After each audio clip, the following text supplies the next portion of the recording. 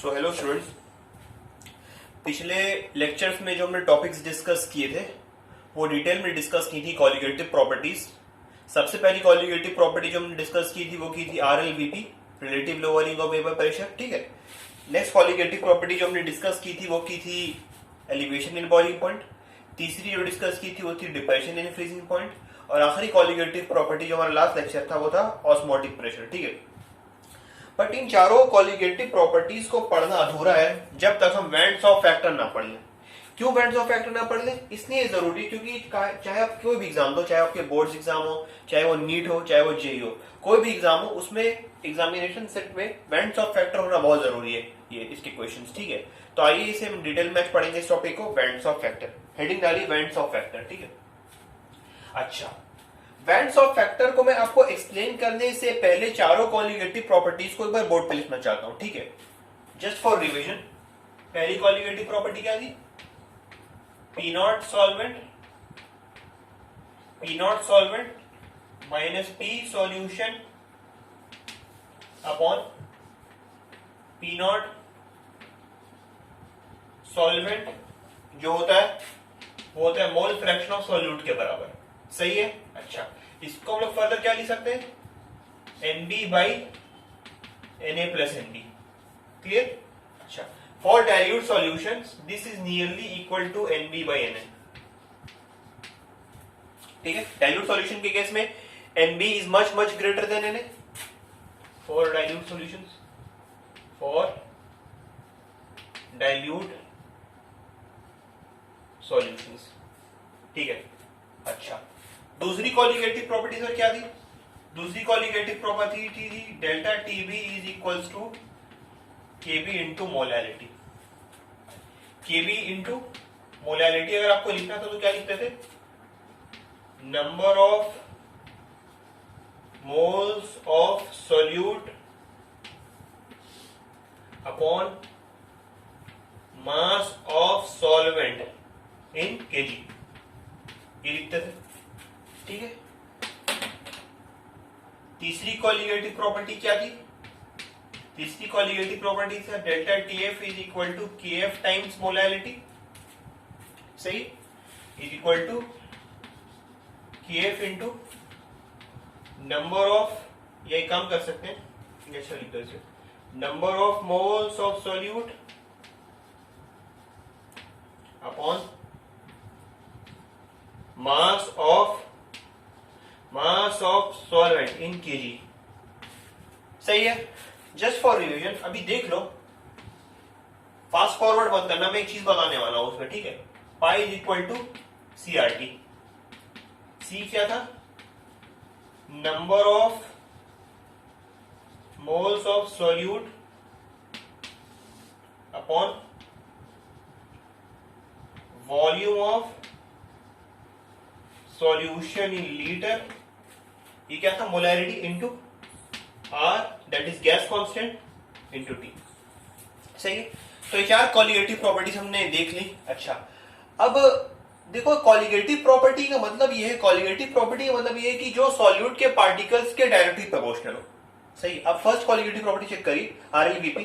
देखो इसमें कहीं ना कहीं ये colligative property directly proportional to number of moles of solute है। ठीक है। Number of this is moles of solute, moles of solute. सही। उसी तरह देखो second colligative property that is elevation in boiling point भी number of moles of solute के directly proportional है। ठीक है। थर्ड कॉलिगेटिव प्रॉपर्टी भी number of moles of solute के directly proportional and same for fourth colligative property. सही है। तो कहीं ना कहीं से हमें ये पता चलता है कि number of moles of solute पे डायरेक्टली प्रोपोर्शनल होती है कॉलिगेटिव प्रॉपर्टी। क्लियर? अच्छा, अगर आपको ये बात समझ में आ गई तो मैं आपको एक बात बताता हूं जो वेंट्स ऑफ फैक्टर को एक्सप्लेन करती है, जो मतलब बेसिक एक्सप्लेनेशन इसका। मान लो मैंने 1 मोलर NaCl ले लिया, मान लो। ठीक है। 1 मोलर NaCl ले लिया मैंने, और मुझे उसका ऑस्मोटिक प्रेशर मेजर करना है 298 केल्विन। तो सपोज कुछ भी वैल्यू आई निकल के, सपोज 3 ATM निकल गई, सपोज कैलकुलेट नहीं किया मैंने, मैं एक रफ आइडिया बता रहा हूं। पाई निकल के आया 3 ATM मान लो, या समझ लो 4 ATM है, 4 ATM मान लो। सही है। कैलकुलेशन मैंने अच्छे से फॉर्मूला में लगाया और देखा मैंने इसकी वैल्यू ऑस्मोटिक प्रेशर की जो वैल्यू निकल के आ रही है वो 4 atm निकल के आ रही है। ठीक है, बट अब हो रहा है ऐसा कुछ कि मुझे इस न्यूमेरिकल वैल्यू को, मैथमेटिकल वैल्यू को वेरीफाई करना है थ्रू एक्सपेरिमेंट। तो मैंने क्या किया, ऑस्मोटिक प्रेशर का जो मेजर करने का मेथड है Hartley and Berkeley's method, Hartley and Berkeley's method, ठीक है, ये आपके कोर्स में नहीं है बट ऑस्मोटिक प्रेशर मेजर करने का एक apparatus है, सेटअप है, इसको बोलते हैं हार्टली एंड बर्कलीज मेथड। ठीक है, तो उससे ऑस्मोटिक प्रेशर मैंने मेजर करने की कोशिश की। तो जब मैंने मेजर किया ऑस्मोटिक प्रेशर बाय मेजर्ड, तो देखा मैंने कि 8 atm आ रहा है। ये क्या है, मैथ्स, ये क्या है, मैथमेटिकल, पाई मैथमेटिकल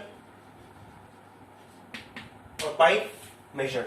तो आप कहेंगे साहब ये क्या हुआ, मैं तो फॉर्मूले के हिसाब से अच्छे से मैंने फॉर्मूला में लगाया और आंसर आ रहा था 480, बट मैंने मेजर किया थ्रू प्रैक्टिकल तो इसका जस्ट अपोजिट है। तो कुछ ना कुछ इसका कुछ ना कुछ एक्सप्लेनेशन होगा कि आखिर ऐसा क्यों हुआ। ठीक है, ऐसा होने का कुछ ना कुछ रीजन जरूर हुआ होगा कि ऑस्मोटिक प्रेशर डबल ऐसा क्यों हो गया। तो देखो मैं आपको समझाता हूं इसको, एक बार इसको रब कर लेते हैं ऊपर, देख लीजिए ये कॉलिगेटिव प्रॉपर्टीज तो आपने नोट डाउन कर ही लेंगे जब हम डिलीट कर रहे इस पिक्चर को। ठीक है, ठीक है, रब कर लेते हैं इसको, फिर मैं समझाता हूं आपको।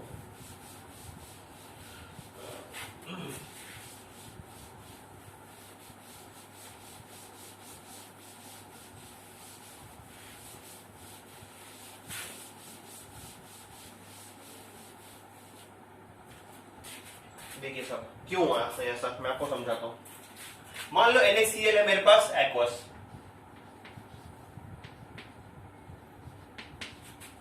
ठीक है, जब इसे सॉल्यूशन में डाला जाएगा तो ये 100% अगर डिसोसिएशन हो गया है इसका, मान लो स्ट्रॉन्ग इलेक्ट्रोलाइट है NaCl,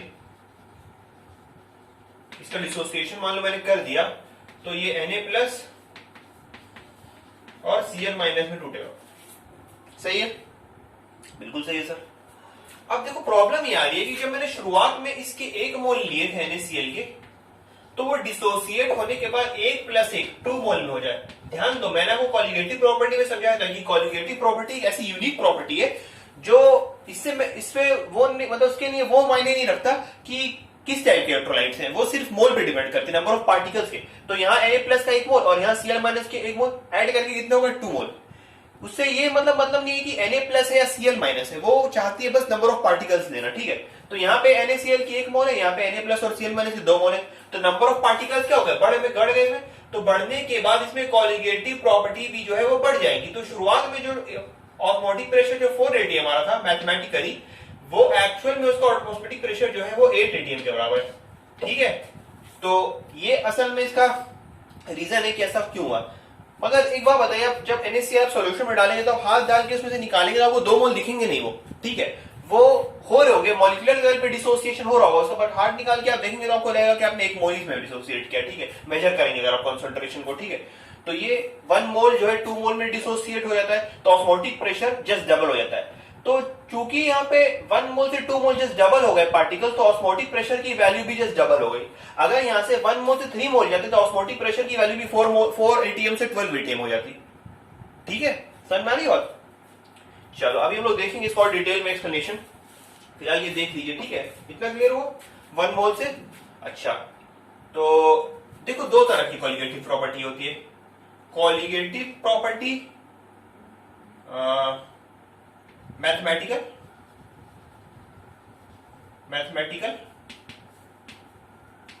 या फिर कॉलिगेटिव प्रॉपर्टी मैथमेटिकल, और एक होती है कॉलिगेटिव प्रॉपर्टी मेजर्ड। ठीक है, ये होती है कॉलिगेटिव प्रॉपर्टी मेजर्ड और ये होती है colligative property mathematical. Colligative property mathematical वो वैल्यू है जो हम लोग मैथमेटिकल अप्रोच से सॉल्व करने के बाद हमें निकल के आती है कॉलिगेटिव प्रॉपर्टी की वैल्यू, और वो कॉलिगेटिव प्रॉपर्टी मेजर्ड वो है जब एक्सपेरिमेंट से हमें पता चलता है। ठीक है, तो इन सारे केसेस में जब भी हम इलेक्ट्रोलाइट्स पढ़ेंगे तो उन सारे केसेस में colligative property mathematical colligative property measured के बराबर नहीं होगी। ठीक है, इससे पहले जो भी हम लोग पढ़ रहे थे कॉलिगेटिव प्रॉपर्टीज, मैंने आपको सारे में आपको मतलब आगाह किया था, तो हम लोग सारे के सारे इलेक्ट्रोलाइट्स जो कंसिडर कर रहे हैं वो हम लोग कंसिडर कर रहे हैं नॉन इलेक्ट्रोलाइट। ठीक है, कैसे कंसिडर कर रहे हैं, नॉन इलेक्ट्रोलाइट, मैंने आपको बताया था। ठीक है, जब भी हम कॉलिगेटिव प्रॉपर्टी डिस्कस कर रहे थे मैंने आपको ये बताया था कि हम लोग जो भी इलेक्ट्रोलाइट्स कंसिडर कर रहे हैं, वो नॉन इलेक्ट्रोलाइट्स कंसिडर कर रहे हैं, बट अब हमें डील करना है इलेक्ट्रोलाइट्स के साथ, तो उस केस में जो है कॉलिगेटिव प्रॉपर्टी का फॉर्मूला भी चेंज हो जाएगा, हम लोग देखेंगे। फिलहाल जो हम लोग चेक करेंगे, जो हम लोग सीखेंगे वो हम लोग चेक करेंगे NaCl, MgCl2, कुछ इलेक्ट्रोलाइट्स जैसे NaCl, MgCl2, Al2SO4 और पोटेशियम फेरोसाइनाइड। पोटेशियम फेरोसाइनाइड का आई की वैल्यू जब 100% डिसोसिएशन होगा तो कैसे निकालेंगे, आइए देखते हैं। ठीक है,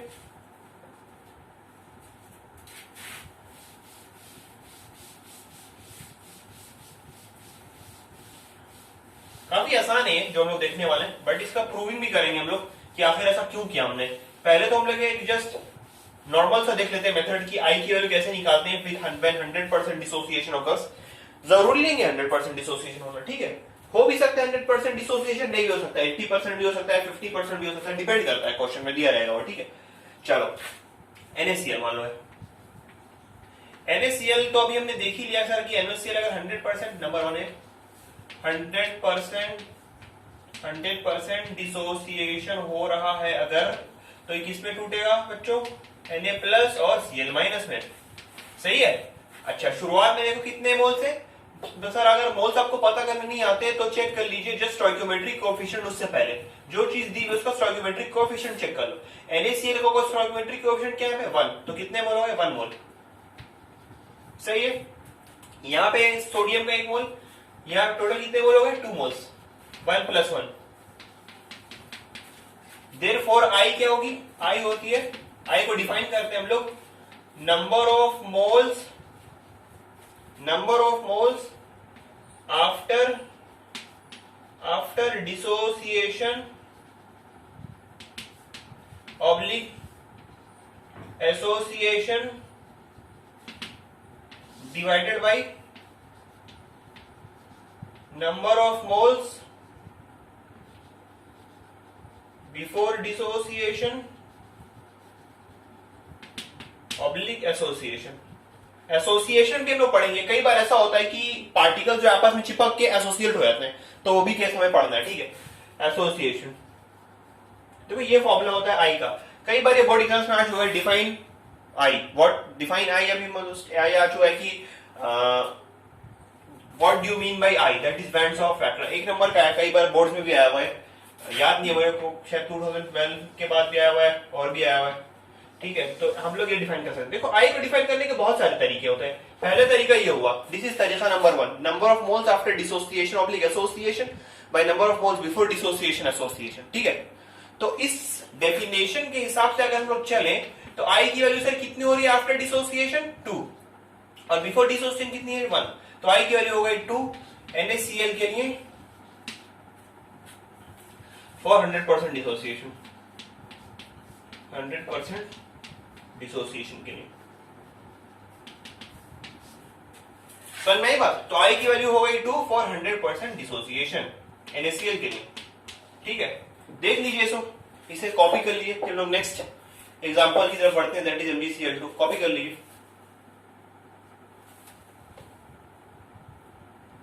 स्क्रीनशॉट ले लीजिए, आइए आगे बढ़ते हैं हम लोग। नेक्स्ट जो एग्जांपल है हमारा वो है MgCl2। मैं एग्जांपल का फॉर्मूला ही रहने देता हूं, ये वाला नंबर ऑफ मोल्स वाला जो फॉर्मूला लिखा है मैंने, ये मैं रहने देता हूं और मैं आगे बढ़ता हूं, ठीक है भाई।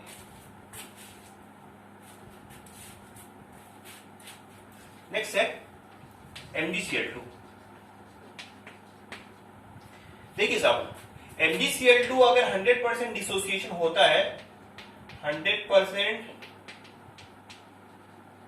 डिसोसिएशन अगर होता है तो ये किसमें टूटेगा, Mg2+ और Cl- में। देखो बाय प्रॉपर इंस्पेक्शन आपको ये तो पता चल ही जाएगा कि इसमें कौन कौन से आयन्स होंगे, एक होगा मैग्नीशियम आयन और एक होगा क्लोराइड आयन। इतना अगर आपको समझ में आता है तो ज्यादा टफ नहीं है लिखना इक्वेशन। आप क्या करिए, Mg2+ लिख दीजिए और Cl- लिख दीजिए। अच्छा, अब देखो मैग्नीशियम पे कितना चार्ज है, +2, पॉजिटिव चार्ज है +2, तो जाहिर सी बात है क्लोरीन को यहाँ पे 2 यूनिट्स होना पड़ेगा फॉर न्यूट्रलाइजिंग द कंपाउंड। देखो ओवरऑल यहाँ पे चार्ज कुछ नहीं दिया, तो जाहिर सी बात है ये न्यूट्रल है, न्यूट्रल है तो Mg के ऊपर +2 चार्ज है, तो जाहिर सी बात है क्लोराइड के 2 आयंस होने चाहिए, 2 क्लोराइड आयंस होने चाहिए ताकि हम लोग इसे एक तरह से न्यूट्रल कर सके। ठीक है, तो अगर ये समझ में आ गया तो शुरुआत में कितने मोल्स है 1, N initial is equal to 1 और N फाइनल कितने 1 + 2 दैट इज 3। देयरफॉर I की वैल्यू कितनी हो जाएगी, number of moles after dissociation कितने बेटा 3 और बिफोर 1, तो I की वैल्यू हो गई 3 MgCl2 के लिए। सही है, when 100% डिसोसिएशन occurs, ये याद रखना, ये किसके लिए हम कर रहे हैं 100% डिसोसिएशन कर रहे हैं, जब 100% डिसोसिएशन नहीं होगा तो I की वैल्यू भी चेंज हो जाएगी। ठीक है, ध्यान रखना इस बात का। ठीक है, इसको हम लोग स्टडी करेंगे फॉर्मूले को कि कैसे क्या होता है, फिलहाल ये देख लो। ठीक है, नेक्स्ट देखो, नेक्स्ट एग्जांपल Al2SO4 Al2SO4। अच्छा 100% डिसोसिएशन। अच्छा, आपको कुछ इससे देख के समझ में आ रहा है कि इसमें कौन कौन से आयंस हो सकते हैं? हाँ सर, एक तो एल्यूमिनियम दिख रहा है, तो एल्यूमिनियम दिख रहा है तो एल्यूमिनियम के ऊपर क्या चार्ज होगा, बेसिक आपने पढ़ा होगा क्लास जूनियर क्लास में, Al के ऊपर 3 चार्ज होता है, वैलेंसी इसकी 3 होती है, Al3+, और इसमें क्या है देखो SO4 3, SO4 2- सल्फेट आयन। ठीक है, तो सल्फेट आयन लिख देते हैं, लिख दिया हमने सब। बट देखो अब ये 3+3 चार्ज है और इधर +-2 चार्ज है, तो बैलेंस करने के लिए क्या किया जाए, 3 और 2 कैल्शियम ले लो, 6 आएगा, तो 6 बनाने के लिए इसे कितने से मल्टीप्लाई करना पड़ेगा 2, तो 2 से मल्टीप्लाई कर दूंगा, इसे 6 बनाने के लिए इसमें कितने से मल्टीप्लाई करना पड़ेगा 3, तो 3 बना दिया, तो ये हो गया फाइनल। आई होप आपको समझ में आ गया हो कैसे करना है। यहाँ पे इनिशियल कितने बोले 1, यहाँ पे n = 1, n इनिशियल = 1 और n फाइनल कितने हो गए 2 + 3 मतलब 5। देयरफॉर I की वैल्यू कितनी हो गई सब, I = हो गई 5/1 मतलब I = हो गई 5 for 100% dissociation. Again I am saying the value of I corresponds to 5 then when there is 100% dissociation. ठीक है, ध्यान रखना इस चीज का। Clear, I = 5। तो एक और रह गया Na3FeCN6। सही है, इसे कॉपी कर लीजिए पहले, फिर मैं आगे बढ़ता हूं। ठीक है, कॉपी कर लिया, क्लियर है, चलो।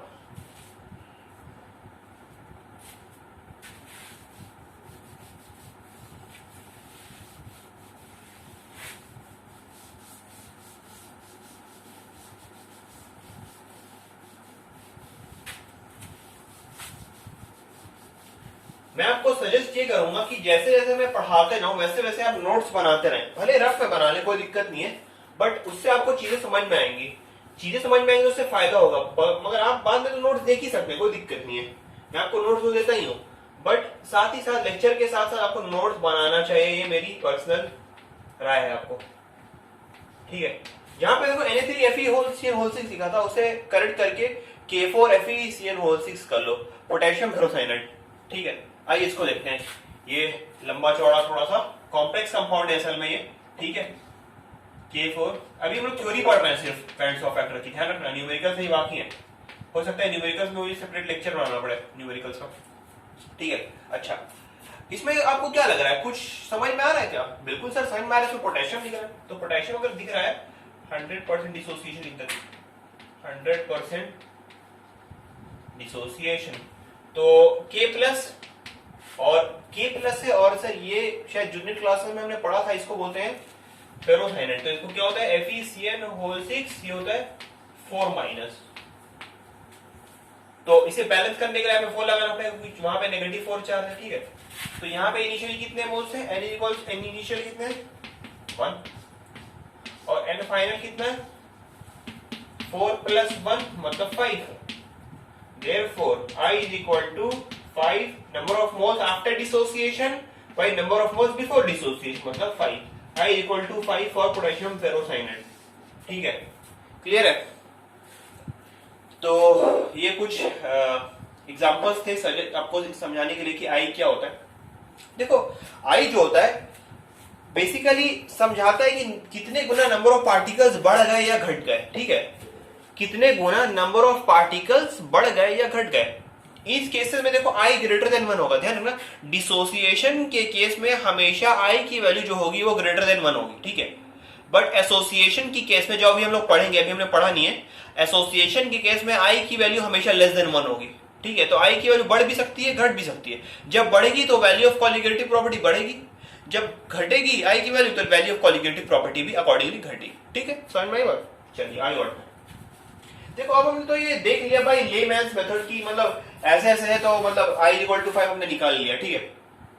बट एक ऐसा मेथड भी होना चाहिए जो हमें 100% डिसोसिएशन पे ना, मतलब ऐसा भी मेथड होना चाहिए जो किसी भी कितना परसेंट डिसोसिएशन पे भी हमें कोई एक मतलब रिलेशनशिप एस्टेब्लिश करे, ठीक है। वो हम लोग देखेंगे और साथ ही साथ इसे वेरीफाई भी करेंगे हम लोग जो अपनी स्टडी किया, ठीक है। देख लीजिए, मिटा लीजिए इसे, फिर मैं आगे बढ़ता हूँ, देख लीजिए। ओके चलिए आगे बढ़ते हैं।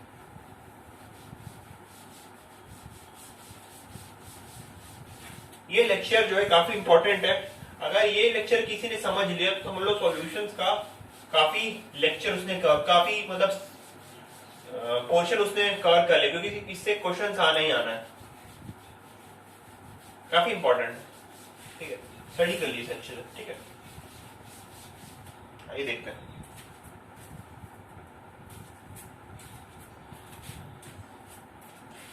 देखिए साहब, सबसे पहले क्या NaCl।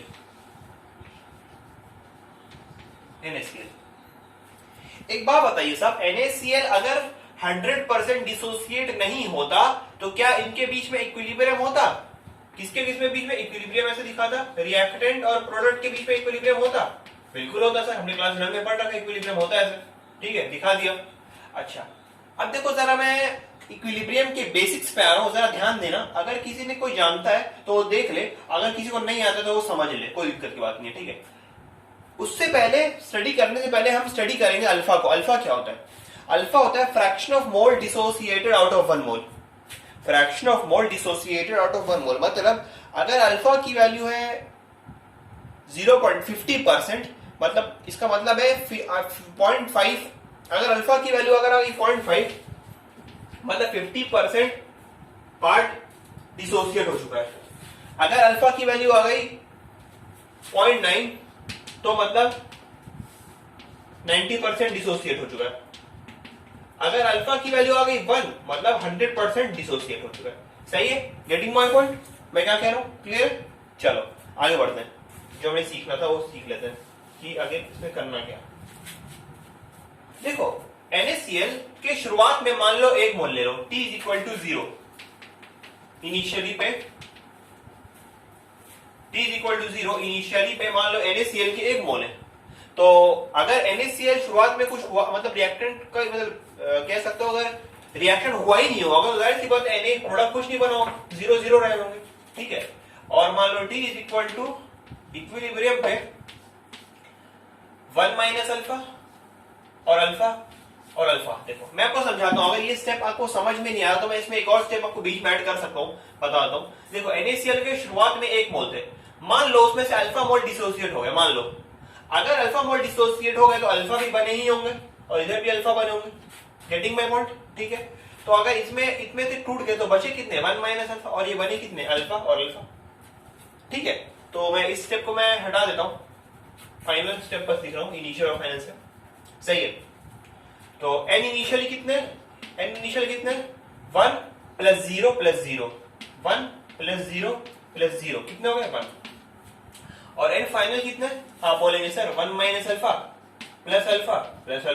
Very good. तो अल्फा और अल्फा हो गए कैंसिल, बचे कितने n फाइनल? 1 + अल्फा। तो साहब हम लोग कह सकते हैं कि I की वैल्यू कितनी हो गई? Number of moles after dissociation कितने? 1 + अल्फा, और बिफोर डिसोसिएशन 1, तो I की वैल्यू हो गई 1 + अल्फा। कहने का मतलब है ये वो रिलेशन है जो हमें एस्टेब्लिश करता है I की value at all values of alpha. अगर अल्फा की वैल्यू 1 हो गई, दैट इज 100% डिसोसिएशन।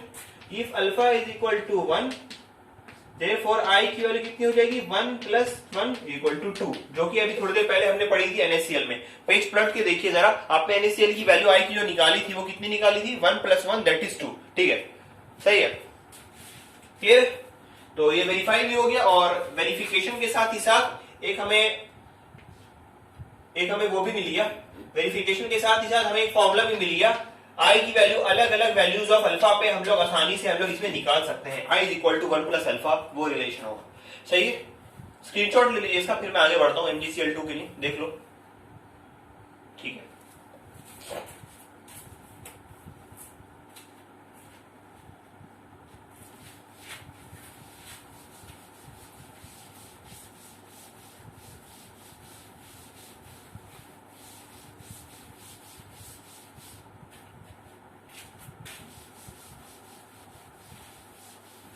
ठीक है। आइए नेक्स्ट देखते हैं हम लोग MgCl2। ये मैं क्यों करा रहा हूं आपको, एक मकसद है उसका कराने का। असल में जब हम न्यूमेरिकल सॉल्व करेंगे तो एक फॉर्मूला तो है, कोई दिक्कत नहीं, मैं फॉर्मूला भी आपको बताऊंगा जब, जिसके लिए आपको कुछ करने की जरूरत नहीं। बट वो फॉर्मूला मैं नहीं चाहता हूं याद करें, क्योंकि अभी तो आप ठीक है कह लेंगे कि सर फॉर्मूला आसानी से याद हो गया, बट जब आप बोर्ड की एग्जाम देने जाएंगे तो केमिस्ट्री में सिर्फ आपको सॉल्यूशन ही चैप्टर नहीं पढ़ना पड़ेगा, उसके साथ ही साथ आपके साथ 15 या 16 चैप्टर्स और होंगे, तो उसमें भी आपके साथ कुछ फॉर्मुलेज होंगे, कुछ मेमोराइजिंग पॉइंट्स होंगे, तो आपको दिक्कत आएगी याद करने। और ये तो और ही सोने पे सुहागा, ये भी जब कॉम्पिटेटिव एग्जाम देने जाएंगे तो सिर्फ आपको केमिस्ट्री नहीं, फिजिक्स और मैथ्स के भी फॉर्मुले याद रखने पड़ेंगे, तो आपको सिर्फ फॉर्मूला पे टिके नहीं रहना चाहिए, आपको कॉन्सेप्ट सीखना चाहिए। बहुत ही आसान है, मैं सिखा दूंगा, बिल्कुल दिक्कत नहीं आएगी, बस ध्यान से देख लो एक बार, ठीक है। NaCl का हो गया, ठीक है। नेक्स्ट देखो MgCl2। मैं नहीं चाहता हूं तो आप लोग फॉर्मुले क्रैम करो, ठीक है, ज्यादा से ज्यादा चीजों को समझने की कोशिश किया करो। हाँ, जहां जब कोई चारा नहीं है समझने का तो फॉर्मुले तो बिल्कुल याद करेंगे हम लोग, ठीक है। MgCl2 देखो इक्विलिब्रियम है, Mg2 plus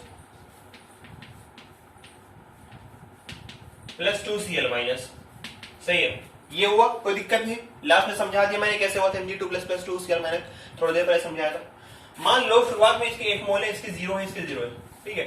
T equal to 0, T equal to 0 initially. मान लो इसमें से अल्फा मोल डिसोसिएट हो गए, तो जाहिर सी बात है अगर इसकी स्टोइकियोमेट्री एनालाइज करो तो अगर इसके 1 मोल होते हैं तो उसके भी 1 मोल होते हैं, तो अगर इसके अगर अल्फा टूटे तो इसके भी अल्फा टूटेंगे, कोई दिक्कत नहीं है। अगर इसका अल्फा टूटेगा तो इसका अल्फा बनेगा 2 अल्फा, तो कितने बचे सर मोल्स, 1 माइनस अल्फा, और कितने बने अल्फा और 2 alpha. T is equal to equilibrium, T is equal to equilibrium पे कंडीशन। अच्छा सर आप मेरे को बताओ, अपनी अपनी कॉपी में खुद आप लिखो कि n इनिशियल कितने, n इनिशियल कितने बोलो, 1 प्लस 0 प्लस 0 मतलब 1 n इनिशियल, और n फाइनल कितने बताने की जरूरत नहीं है, आपको खुद पता होगा, 1 माइनस अल्फा प्लस 2 अल्फा, तो 1 माइनस ये कितने बचे, n फाइनल कितने हुए, 1 प्लस 2 अल्फा, n फाइनल कितना हुआ बेटे, 1 प्लस 2 अल्फा। तो it goes without saying that I की वैल्यू कितनी हो जाएगी, 1 प्लस 2 अल्फा अपॉन 1, तो आई की वैल्यू कितनी निकल के आई, 1 प्लस 2 अल्फा फॉर MgCl2, ठीक है, 1 प्लस 2 अल्फा। अच्छा आप एक बार बताइए, थोड़ी देर पहले मैंने आपको बताया था 100% डिसोसिएशन में, फॉर 100% डिसोसिएशन, फॉर 100% डिसोसिएशन आई की वैल्यू कितनी होती है, 1, बताया था मैंने थोड़ी देर पहले। तो i is equal to 1 plus 2 into 1, तो 1 प्लस 3, 1 प्लस 2 दैट इज 3। थोड़ी देर पहले देखो मैंने आपको बताई थी 100% डिसोसिएशन के लिए आई की वैल्यू जो होती है MgCl2 की होती है 3, ठीक है। तो वेरीफाई भी हो गया और फॉर्मूला में निकल के आ गया, ये जनरल फॉर्मूला। अगर अल्फा 0.5 हुआ तो 2 इंटू 0.5 करेंगे कितना आएगा, 1 प्लस 1 2, फिर भी आई की वैल्यू ग्रेटर देन 1 आ रही है, तो डिसोसिएशन के केस में हमेशा आई की वैल्यू जो होगी वो ग्रेटर देन 1 होगी, सही है, क्लियर है। तो देख लीजिए इसे भी, इसके आगे बढ़ते हैं हम लोग। फिर मैं काफी आराम से चल रहा हूँ इसमें, ठीक है, काफी ज्यादा सारी चीजें तुम्हें क्लियर हो जाए, नहीं तो ऐसे भी स्किप किया जा सकता है टॉपिक, कुछ नहीं, बस फॉर्मूला बता दिया जाए और न्यूमेरिकल करा दिया जाए, मगर मैं वो नहीं चाहता ऐसा करना, ठीक है, देख लो। चलिए नेक्स्ट जो है वो है Al2SO4 3।